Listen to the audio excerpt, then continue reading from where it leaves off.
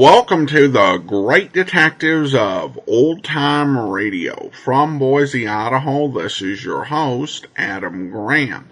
If you have a comment, email it to me, box13 at greatdetectives.net. Follow us on Twitter at Radio Detectives, and become one of our friends on Facebook, facebook.com/Radio Detectives. If you've not already, I do want to encourage you to check out my ebooks, All I Needed to Know I Learned from Dragnet, and the predecessor book, All I Needed to Know I Learned from Columbo.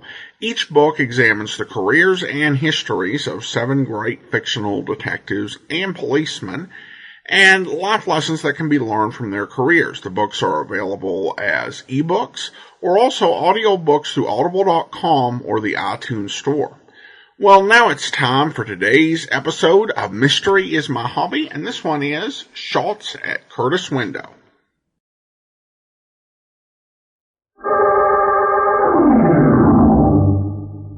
Mystery is my hobby.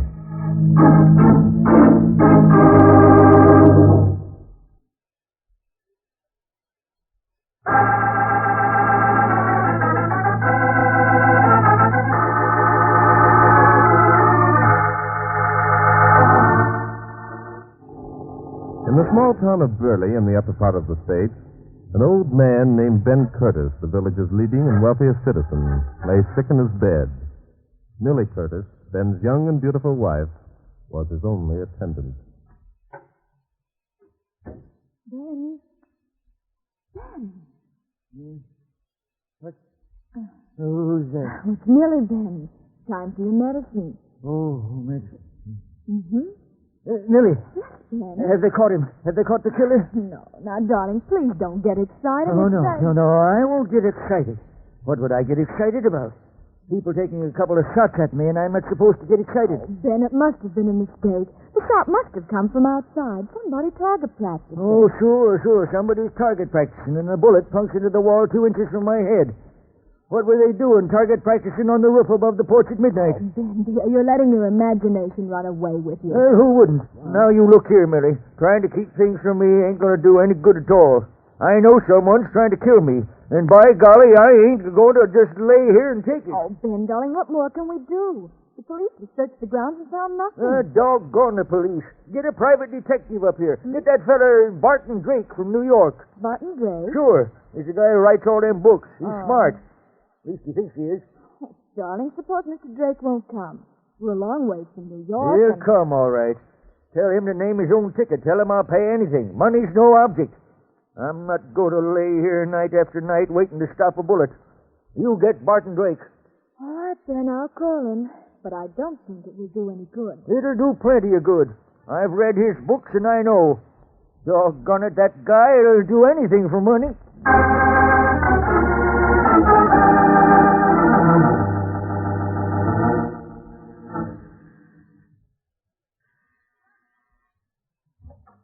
Yes? Hello, I'm Barton Drake. This is Inspector Noah Danton. Hi. Oh, yes. Come in, please. Thank you. We didn't expect you until tomorrow. The urgency in your mother's voice inspired us to immediate action, Miss Curtis. You see... My mother? Yes? Wasn't it your mother who called? Aren't you Miss Curtis? I'm Mrs. Curtis, Mr. Drake.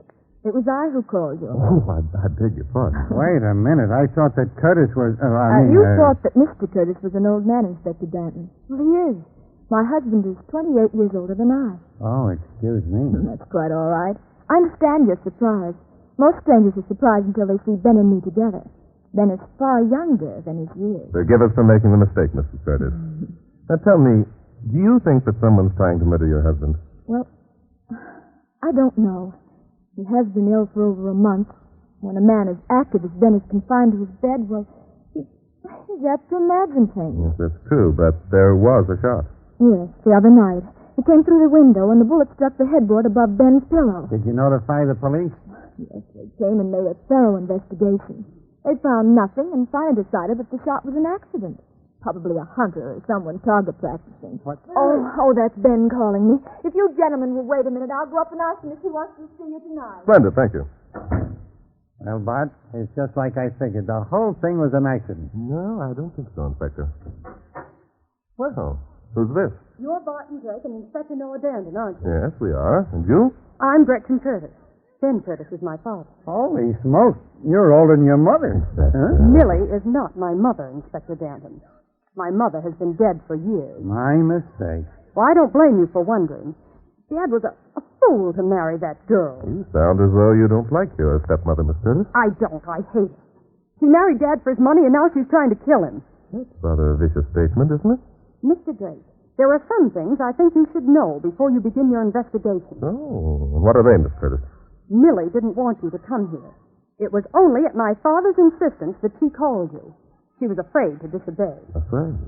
Of what, Miss Curtis? Afraid that you'd find out about Marius O'Connor. And who might she be? Marius isn't a woman, Inspector. He's a man, and Millie's in love with him.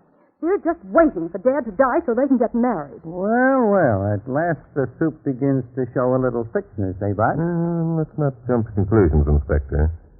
You're sure of that, Miss Curtis? Of course I am. I've seen them together many times, although they didn't know it. It was Marius who shot at Dad. Oh, and you're sure of that, Miss Curtis? Yes, I am. I can prove it. It was I who talked Dad into sending for you. Oh? You've told him your suspicions, then? No, it wouldn't do any good. He wouldn't believe me. He thinks Millie's wonderful. Just what makes you so sure that this Marius guy took a shot at your father? Well, I found some things that the police overlooked. It was raining that night, and there was only one set of footprints. I followed them to where a car was parked up the road a little ways. And you found Marius's car? No, but I've seen his car parked there before when he's come to see Millie. Well. Anything else, lady? Yes. Dad's window was open that night. The bullet came through the screen. I've hidden the screen in the garage, and when you examine it, you'll see from the shape of the hole that the bullet was fired from the level of the window. Pardon me for asking, miss, but have you been reading Barton Drake's books?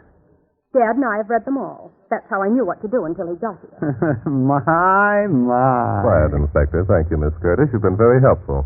Is there anything else you want to tell us? Just one thing. Dad is dying of an incurable disease. He can't possibly live for more than a month. What? Well, if that's the case... Millie doesn't know about it, Inspector Danton. No one knows about it but me. Not even your father? No. Dr. Erskine could see no point in telling him, but he thought some member of the family ought to know.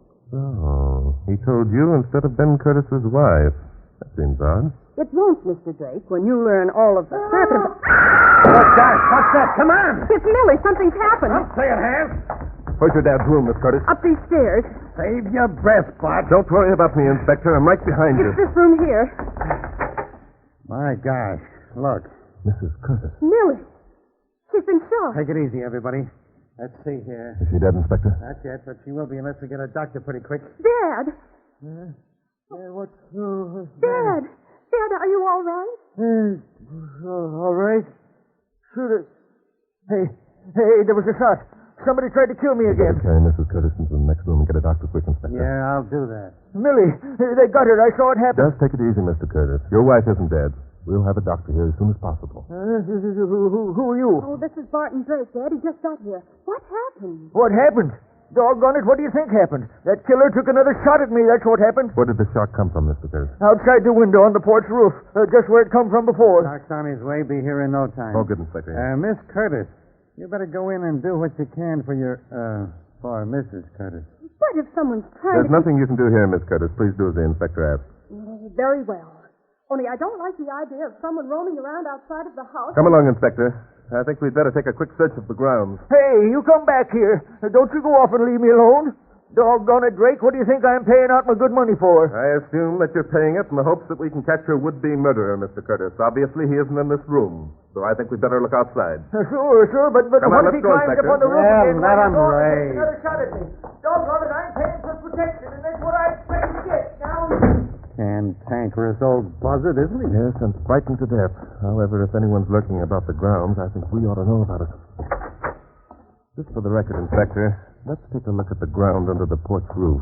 You think maybe there was someone on the porch roof, eh? At the moment, it seems like the only possibility. Throw your flashlight around here, Inspector. Okay. This ground's as hard as rock. No footprints would show up here. No, you're quite right. Well, let's take a look at that trellis. Huh. That's as good as a ladder if a guy wanted to climb up onto the roof. Look, solid as heck. Don't take it too hard, Huh? Inspector. Hey, Listen, The dumb bunny thinks that... Listen, Inspector, listen. Gretchen! Doggone it, where are you, girl? Where's that policeman? Well, Gretchen seems to have wandered off somewhere. Yeah, she's supposed to be in the next room with the door open. Say. He is right, Inspector. It's all right, Mr. Curtis. There's nobody down here but us. We'll be right up. But look, Bart, shouldn't... No. I'm beginning to get some ideas, Inspector. And the answer to them is inside the house, not outside. Come on.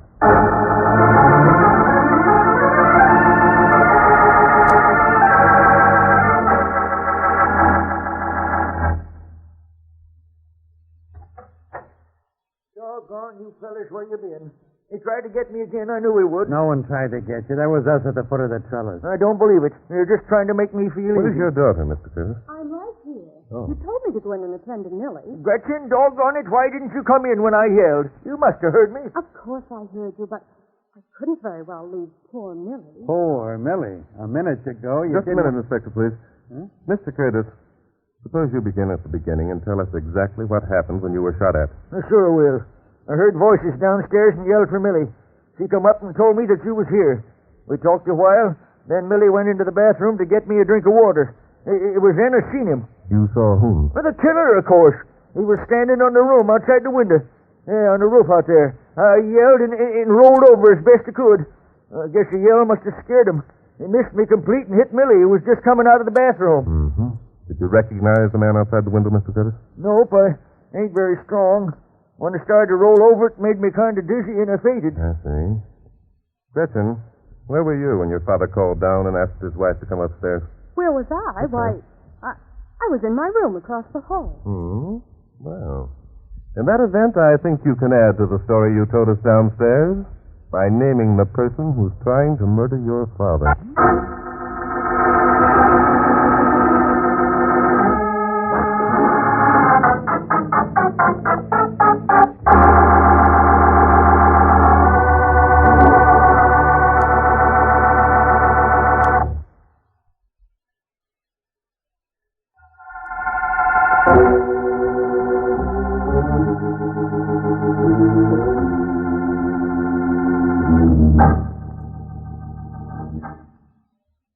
I see.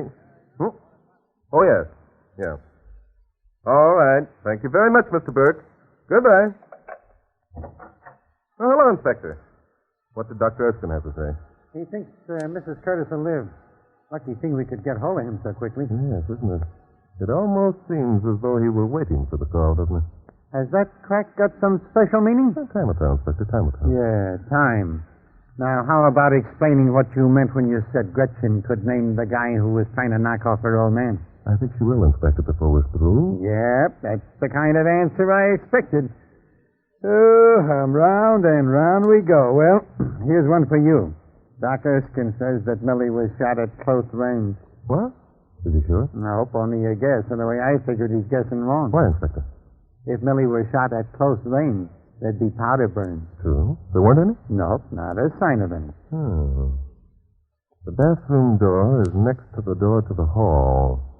If someone stepped into Ben's room from the hall just as Millie came from the bathroom, he'd have to shoot her at close range. Look, Bart, I've already explained it couldn't be a close range shot because there weren't any powder burns. On the other hand, the killer could have come through the window and followed Millie into the bathroom. Excuse me, Mr. Drake, for interrupting your train of thought, but you're way off the beam.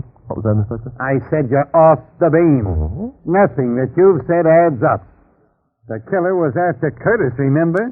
Besides, Curtis would have seen the guy if he'd come in through the window. I don't think so. Curtis had fainted, you know. Oh, by the way, is anyone with Millie now? Yep, both Doc Erskine and Gretchen are up there with him. Good. She shouldn't be left alone. I've just talked with Ralph Burke, Curtis's lawyer. He says that Millie and Gretchen are named as equal heirs to the old man's will. Which gives both of them a motive for murdering. How do you figure that, Inspector? Why?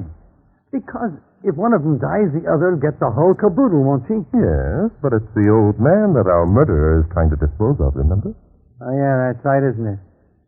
Say, nothing about this case makes much sense, does it? No, I think it makes a lot of sense, Inspector. Come on, let's go out in the garage and have a look at that screen with the bullet hole in it.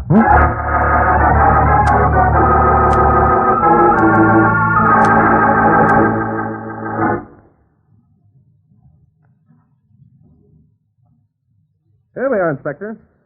Throw your light around and see if you can locate a light switch. Yep. Yeah, there's one. Fine. Well, Ben Curtis must have some influence somewhere. That automobile's a post-war model, isn't it? Yep, nice-looking job, too. Look at the monogram stamped on the door. Fancy, eh? Yes, MC. Those initials must stand for Millicent Curtis. Probably a present from Ben to his wife. Old guys who marry young girls are always going haywire like that. Well, let's look for the screen. There's a pile of junk over here in the corner. I imagine we'll find the screen in it. Yeah, if we do, it'll be a wonder. What a mess. Why the heck don't people clean up their garages? Here we are.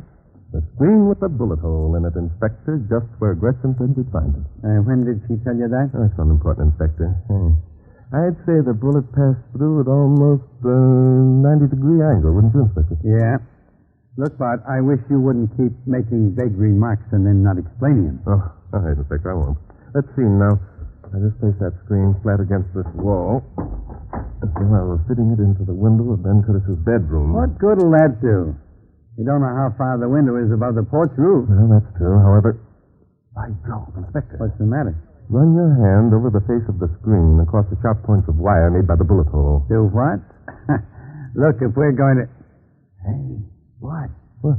There's someone hiding over there behind those boxes in that other corner. You sure? Sure, I'm sure. I saw him move. Look, I'll wander over that way like I'm hunting for something. You stay here. All right, Inspector, but you better keep your gun handy. Yeah. I'm going to take a look over in this corner, Bart. Maybe we missed something. All right, Inspector, I'll buy through this pile of junk. You're not going to get me. No, stop, or I'll shoot. Hey, Bart, gentlemen, come around the outside the car. Don't worry, Inspector, I'm waiting. All right, Sonny. Keep your hands off me. Sorry, my friend. If you do that, I'll have to twist you. Got it, Bart? I think so, Inspector. Let me alone. What did I do? You tell us, Bub. What did you do? What are you hiding behind those boxes for? What are you trying to run away for? None of your business. Oh, tough guy, eh? Well, we've met toughies before. Now, do you talk or do we make you talk? Just a minute, Inspector. Your name is Marius O'Connor, isn't it? What if it is? What right have you got to hold You me? see that badge? That's the right we got. Now, you tell us what right you've got to be snooping around somebody else's property. You're a policeman? Bub, you catch on fast. Now, how about it? I know. You think I shot Millie. Well, I didn't. You'll never make me say I did. How did you know Millie had been shot, Marius? Why, Yeah, I. I'll tell you how you knew. You climbed up on the roof and tried to plug her husband. That's a lie. I didn't. I wasn't anywhere near the roof. Where were you, Marius? I was out near the back door. Millie was going to meet me there. She didn't come, so I stepped into the kitchen. I was in the kitchen when I heard the shot. A likely story. It's the truth. When you people all ran up to the old man's bedroom, I came to the foot of the stairs and listened. Then what did you do? He came out here to the garage to find the screen before we could get to it. He knew if we found the screen first, we'd know he was guilty. What screen? I don't know what you're talking about. Whether or not you attempted to take Ben Curtis's life, Marius, the charges against you are pretty serious. What charges? What did I do? Trespassing, for one thing. And admitting an attempt to alienate the affection of another man's wife for another. It isn't any crime to fall in love with somebody, even if she is married. Oh, so isn't it? Millie doesn't love old Ben. She never did. She's in love with me. Then what did she marry him for? That's none of your business. Oh, you double-crossing lovebirds make me sick. Bart, this is one time I'm not standing for any arguments. I'm taking this kid down to the local hooska.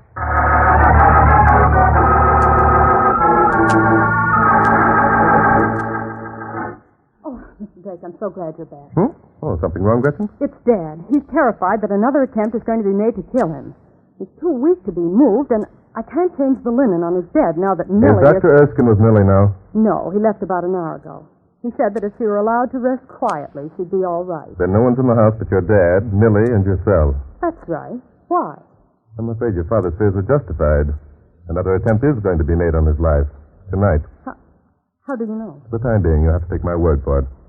By the way, when the local police searched the house and the grounds, I don't suppose they found the gun from which the first bullet was fired. No, they didn't. Good. Inspector, are you quite sure that Dr. Erskine said the shot that wounded Millie was fired from close range? Sure, I'm sure, but you know what I think about that. Yes, I do.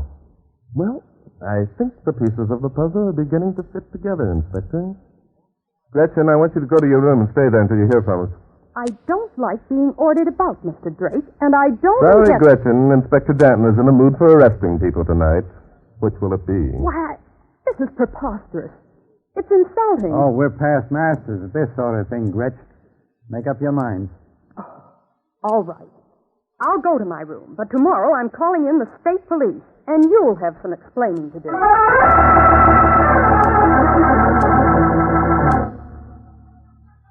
I don't give a doggone what Gretchen said I said. She's lying. Now, wait a minute. Let me understand this, Mr. Curtis. You don't actually think that another attempt will be made on your life? Of course I don't. That'd be crazy. Why would it be any more crazy now than it was before? The killer, whoever he is, knows that you're here, doesn't he? You think he'd be stupid enough to come back and try again?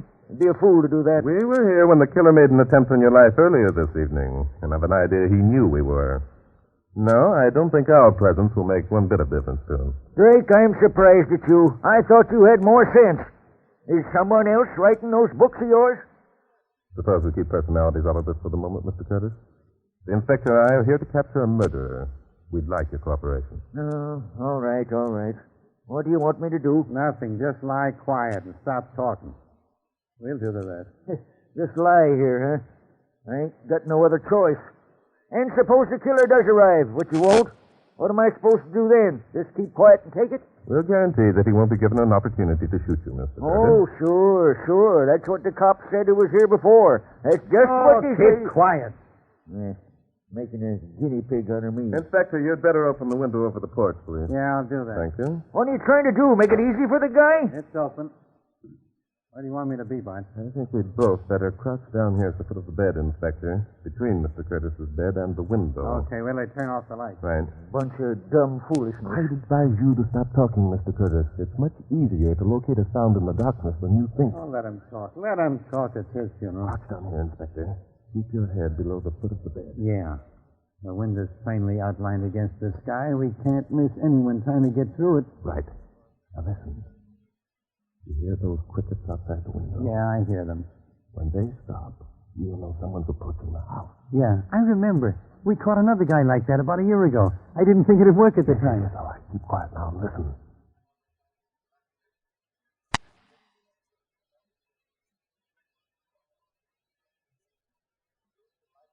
Hey, Bart, Yes, Inspector. you must have been here an hour. Maybe your plan isn't going to work after all. It will work, don't worry. Wonder how the old man is. Haven't heard a peep out of him. No. Well, possibly he's gone to sleep. I doubted it. Inspector. Listen. The crickets have stopped. Someone's coming. Yeah.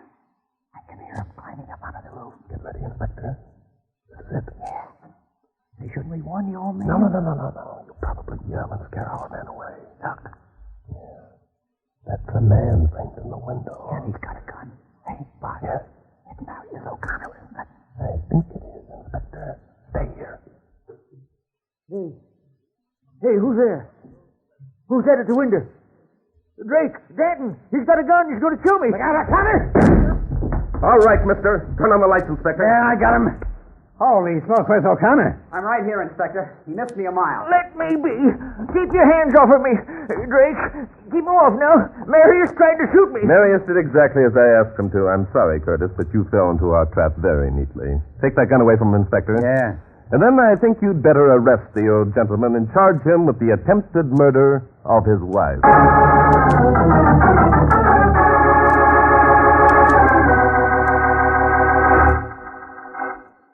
That's the way it happened, Gretchen. You see, your father knew, despite the fact that you thought he didn't, that he was dying of this disease. I can't believe it. I can't. Dad was too weak to have tried to shoot Millie. Nope, there wasn't anything weak about him. He only pretended to be weak. So no one would ever suspect it. But why would Dad want to kill Millie?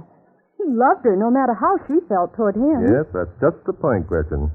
Your father knew he was going to die. He knew that Millie was in love with Marius O'Connor. He couldn't bear the thought of anyone else having her. Oh, it's too horrible. Yes. All murders are horrible, Gretchen. There's nothing pleasant about any of them. I'm sorry this had to happen. Well, Inspector, I think we'd better get going. Wait a minute. There are a lot of things I want to know. Yes, well, we'll talk about that on the way back to New York.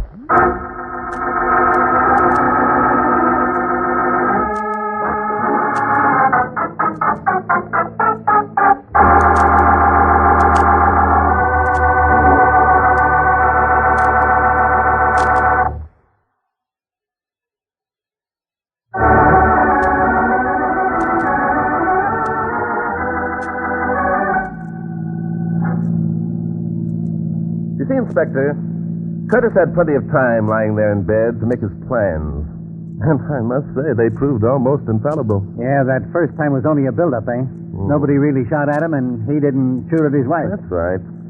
He convinced everyone that someone was actually trying to take his wife, including Millie. And then, when Millie went into the bathroom to get him a glass of water, he saw an opportunity to carry out his scheme right under our noses and make it look genuine. Yes. The screen had been removed from the window, so he didn't have to go to the bother of shooting another hole in it. Wait a minute. There's one thing wrong here. Oh. If Curtis shot Millie when she was coming out of the bathroom, Doc Erskine must have been right in his theory that she was shot at close range. She was shot at close range, Inspector. But doggone it, there weren't any powder burns. That's because Curtis shot through a corner of the bed sheet. The sheet absorbed the powder marks. Say, that's why Curtis wouldn't let anyone change the linen on his bed, eh? Right, Inspector. And that's why the local police didn't find the gun when they hunted. It never occurred to them, or us, to look in Curtis's bed. He probably intended to get rid of the sheet and the gun after he had accomplished his purpose. Well. Now, for the final gimmick. What made you suspicious that Curtis was our boy? Why, Inspector, it was the hole through the screen. Remember when I placed it up against the wall out in the garage? Yeah, sure. You put it up there as though you were fitting it into the window. Yes, that's right. And then I asked you to rub your hand over the pointed ends of the wire which had been broken by the bullet. Yeah. And just then, I saw O'Connor hiding behind the box. Too true. And if your attention hadn't been distracted, you'd have realized that since the broken ends of the screen pointed outward, the bullet that caused the hole must have been fired from inside the room. Well, I'll be... Hey, that meant that Curtis had fired that shot out the window instead of someone else firing it in through the window like he said. Right you are, Inspector. And there was one other mistake that Curtis made. What was that, Bart? He made the mistake of reading too many of my books. He didn't realize that actually mystery is my hobby.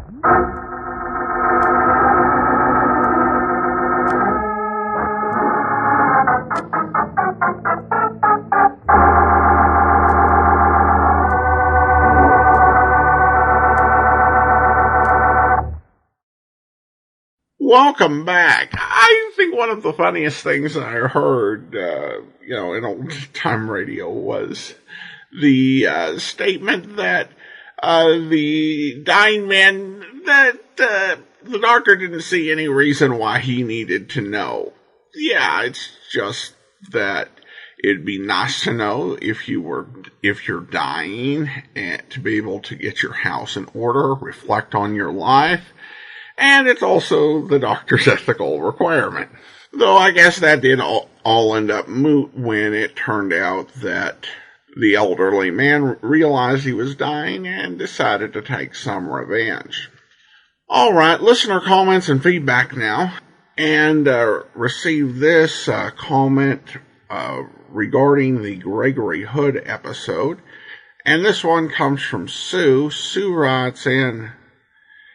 Hi, Adam. I know I'm a few weeks late in posting about this episode, but I felt compelled to correct a statement you made in your after-show comments. The movie that was featured in the episode was the obscure but highly entertaining It Happened on Fifth Avenue, not the more famous It Happened One Night with Claudette Colbert. My apologies on that. Definitely a big difference in those movies. Back in the 70s, I was visiting home during winter break, and on the night I was packing to go back to college, I watched this movie on my 10-inch black and white broadcast-only TV. It stuck with me for decades, but I never saw it broadcast again. It was only in the past decade or so that It Happened on Fifth Avenue finally became available on DVD. It's a well-done, fast-paced farce about an heiress who gets mistaken for a tramp and joins other homeless people who have taken over her father's mansion on Fifth Avenue over the Christmas holiday. Much more entertaining than I can make it sound. Since nobody else but me seems to know this movie, I was very surprised to hear it featured in this episode. Thanks for bringing back the memories. Well, thank you so much, Sue. Sorry for the error, and I appreciate you pointing it out. As I mentioned at the time, It Happened on Fifth Avenue is actually over on Prime. Have not gotten around to watching it. So many other movies. And that does sound a bit like a bit of a Christmas movie. Might be worth checking out then. Okay, well, I do want to thank you for that. I want to thank our Patreon supporters of the day. Yesterday, I forgot to thank a Patreon supporter. So I want to go ahead and first of all thank Jerry, Patreon supporter since October, currently supporting us at the rookie level of $2 or more per month. And I also want to go ahead and thank Chad, Patreon supporter since September 2017, also supporting us at the rookie level of $2 or more per month. Thank you so much for your support.